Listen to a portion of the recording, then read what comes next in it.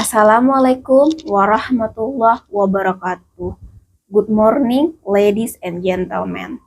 Let me introduce myself. My name is Yan Nurmerni. ID number 2519810. On this occasion, I would like to present Geography Education Research Method. My presentation titled Quantitative Research Method. I would like to express my gratitude to our lecturer, Mr. Prof. Dedi Hermon, SPD, MP, for their guidance, the opportunity to deliver this presentation. My study, the semester of July to December 2025. Master Program Geography Education, Faculty of Social Science, Universitas Negeri Padang. I hope this presentation can provide a clear understanding and be beneficial for all of us. Well, to begin the discussion, allow you to start with research method. My presentation title Quantitative Research Method. Okay. Quantitative research on overview. Quantitative research is a systematic, structured approach to explaining social phenomena. Unlike qualitative research, which delves into meaning, qualitative method focus on numerical data, statistical analysis, and hypothesis testing. Okay, next. The essence of quantitative research. 1. Numerical data. Data collection, processing, and analysis rely heavily on numbers. 2. Statistical analysis. Mathematical and statistical methods are central to interpretation and conclusion. 3. Empirical evidence. Demand tangible proof through numerical data and mathematical analysis. Overall, this approach aims to explain phenomena by collecting numerical data and analysis it with mathematical or statistical method. Name Aliaga and Gunderson 2002. Next, explaining phenomena, a deductive approach.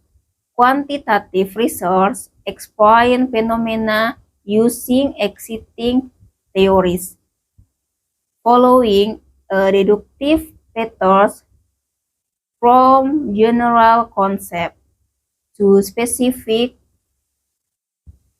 observation. Research generalize existing theories to specific social phenomena. If current theory fail, new ones are developed. For example, studying factory influencing webinar.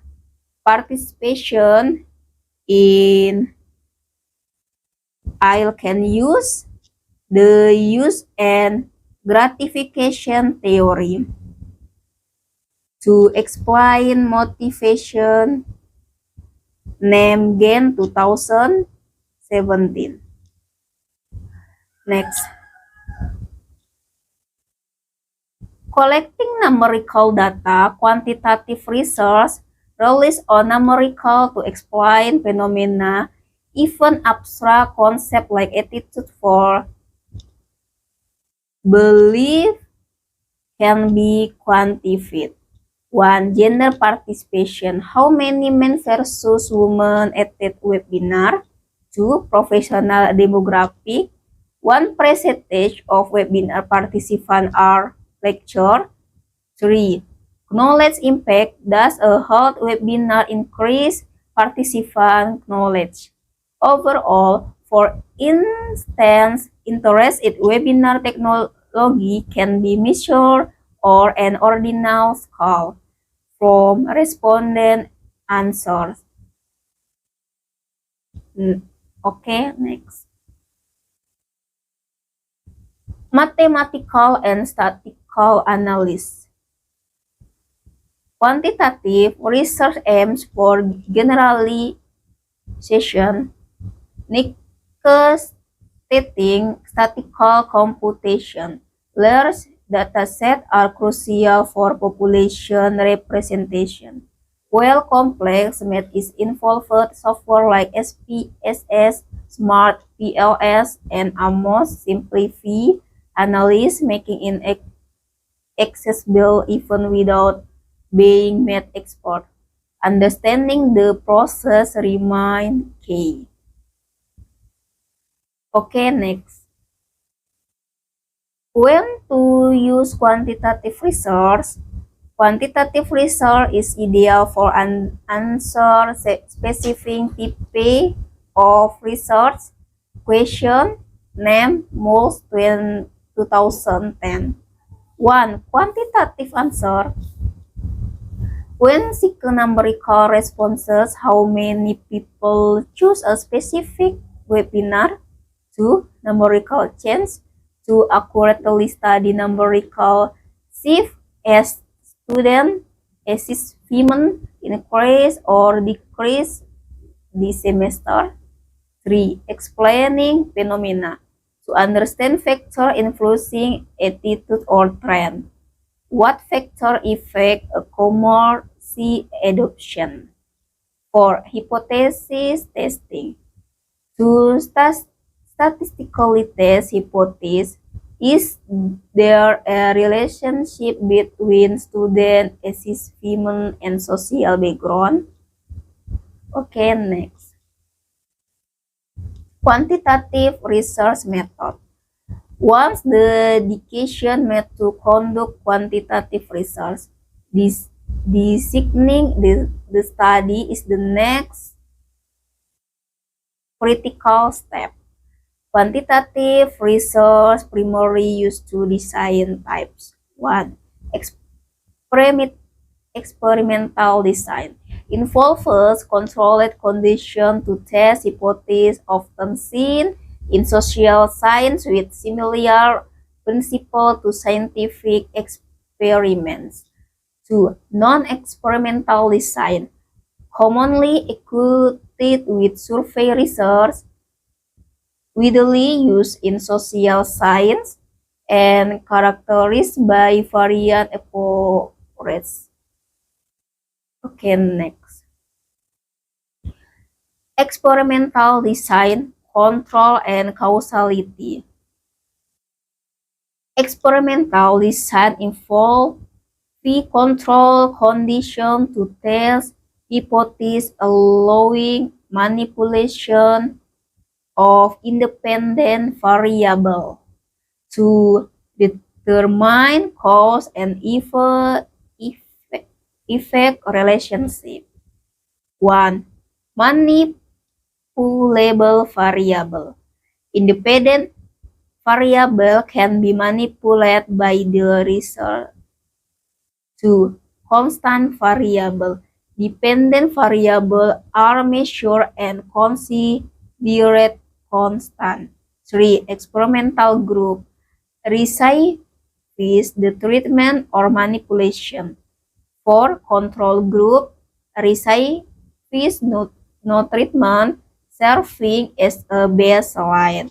Overall, carefully control and measure are essential to establish causality. So experimental design can also explore correlation and predict trends. Okay, next.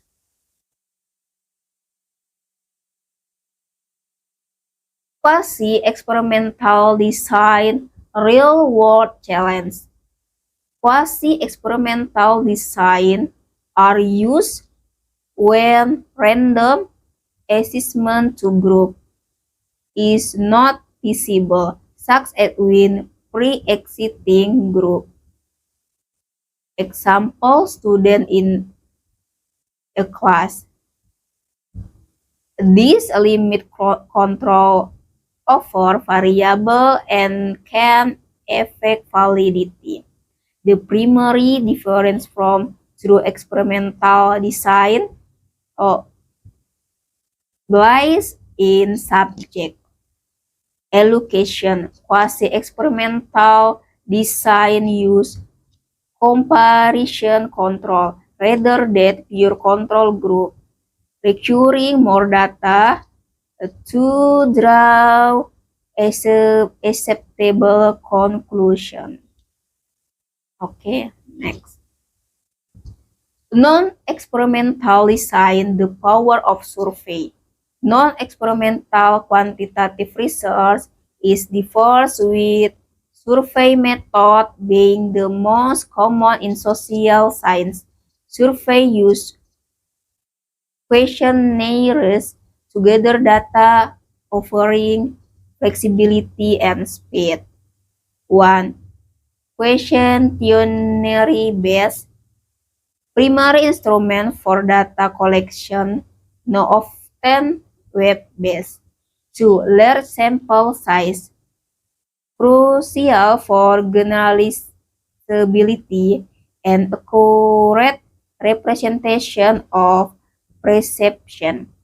3. Perception focus, effective for understanding individual view, but interpretation is key. Overall, ensuring data validity often requires triangulation with other methods like interview or observation to avoid misleading assumption for survey result alone. Okay, everyone. Thank you for watching my presentation titled Quantitative Research. Thank you. Assalamualaikum warahmatullahi wabarakatuh.